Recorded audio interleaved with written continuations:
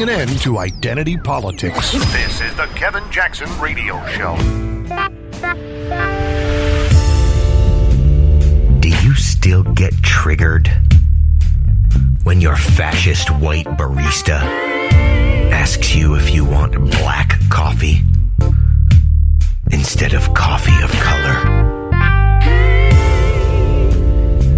Then you need Obama Butt Balm. Guaranteed to relieve even the most butthurt, pansy beta male tushy rash in your entire gender studies department. For a risk-free sample, just dial 1-800-BUTTHURT. That's 1-800-BUTTHURT.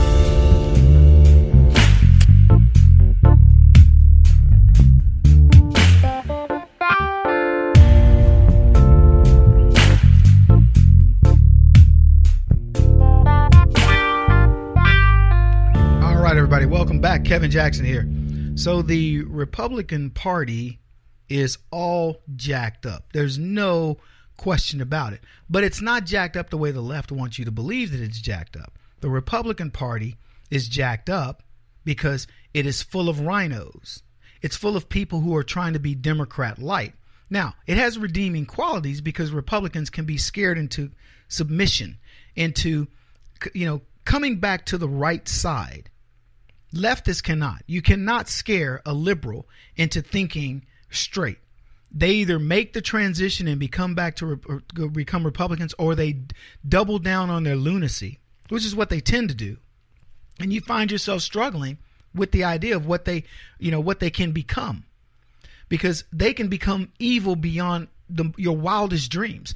They are the reasons why millions of people will die around the world. Socialism and communism. And they will rationalize it because they will say it's for the greater good, whether it's for population control or for crime control with respect to killing black babies and things like this. They have a rationalization for their evil, and they don't see it as evil. They see it as necessary. So that they are incorrigibles. You cannot get them to become good, solid citizens. And I don't care. You can dress them up, put them in a suit, give them the right way to speak. You name it. Doesn't matter. It doesn't work that way. But Republicans can, because they still maintain a small glimmer of light that represents the morality of how they were raised or whatever. They can go and be influenced by DC. They could be influenced by entertainment, by money, corruption, etc. But there's always a glimmer, that one small bit of hope that you can bring them back. And because of that, we've been able to maintain things, to get things back on track. Over the past 9 years, the Democrats have demonstrated without a doubt what levels they are willing to sink to stoop to, what mud they're willing to wallow in for their own fake news narratives, whether it's tying Trump to the Russians or telling you that Black Lives Matter is a great group and, philanthropic and humanitarian. They will tell you that police officers are the scourge of the earth and deserve to be shot in the streets. And who knows what they say about you as conservatives. So I could go on. And the problem is that's not going to change. Republicans will at least acknowledge the lunacy of that if you can get them alone. Then the question is, how do you maintain them? How do you keep them on the right track? Now I want to read from an article that talks about these incongruencies, if you will. So it says this: open up the Republican Party website and you'll quickly see an article called Principles for American Renewal. Now I'm going to stop there. The Republicans had no idea of the Principles for American Renewal. It is a play off of what Donald Trump said about making America great again and renewing the American spirit, the spirit that drives not only the engine of America, but the engine of the world. I'm going to go on. It says, with 11 broad statements of principle, such as this one under immigration. And here's what they write. We need an immigration system that secures our borders, upholds the law, and boosts our economy. Now, if you notice, that's the Republicans saying we need an immigration system. By the way, we have one. It's broken. We are all about immigration, but we're not about illegal immigration. And they tell you exactly what they want from that immigration system. Secures our borders, upholds the law, and boosts our economy. So it's covering illegal. It's telling you immigration should be positive for us, right? Positive for our economy, and so on. The Democrats, on the other, it says scroll down on the Democrats' homepage, and you'll find a dull party platform with 93 bullet points and a list of links entitled People. Each link leads to a subgroup: women, Hispanics, LGBT, quote, ethnic Americans. There are 17 different groups and a different message tailored for each.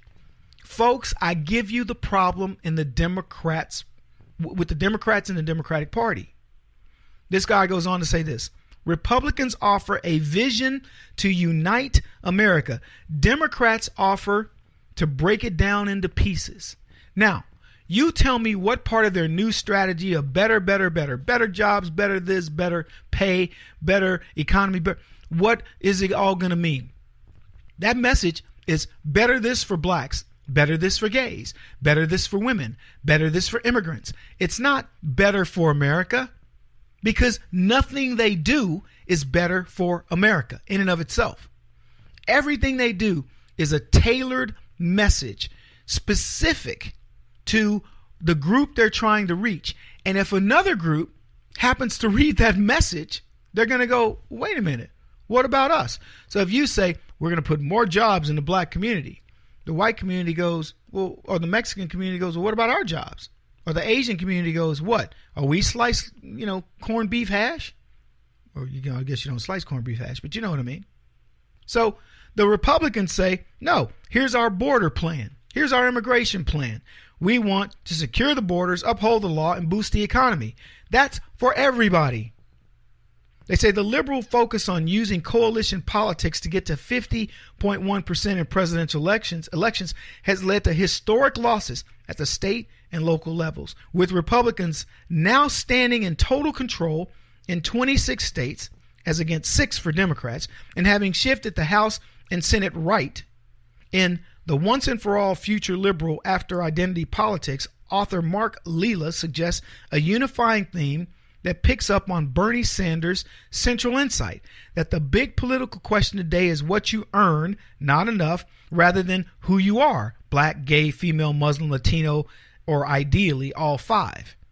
See, they want to know who you are. They don't care about what you earn and all that in the context of what does it mean for you as an individual. They want to put you in a group of people and say, here's how women think, how black people think, how Latinos think. You are so far away from that. This is a message we should be telling to the left. You are not your skin color or your gender or how you decide to have sex and with whom. You're better than that. The Democrats are all about divide and conquer, folks. This article says that. It says, when what they need is a vision of our shared destiny. Now, I want you to stop for 1 second and ask yourself, why does Donald Trump resonate? The shared destiny. The shared destiny is Donald Trump saying, we're going to make America great. That's the shared destiny. He's saying America first. It doesn't mean we don't like our neighbors and our part. Who do you feed first? Do you feed your family first, or do you feed the other kids around you first? And if you have enough that you can answer, I feed everybody around me first. Let me take away all your money. Who are you going to feed first? I hope it's yourself. Then I hope it's your kids and your family. Then I hope it's your extended family before you start feeding other people. You cannot be philanthropic to the level of the United States unless you are capable of feeding yourself. And we lost that capability years ago when leftists took over this country. So they talk about Donald Trump and causing division. Trump didn't cause division. Division caused Donald Trump. Division is what America's sickened of. They got tired of everybody going, oh, well, what are the women's issues and what are black people's issues and what are gay people's issues? They wanted to do something that said, what are America's issues? When we solve our problems, we solve those problems for everybody, not for one individual group. Be proud of yourselves, folks, for closing the chasm between rich and poor, black and white, etc. You did that, not leftists. He won't stop until he's the top-rated radio talk show host in America. What kind of weird competitive freak are you? This is the Kevin Jackson Radio Show.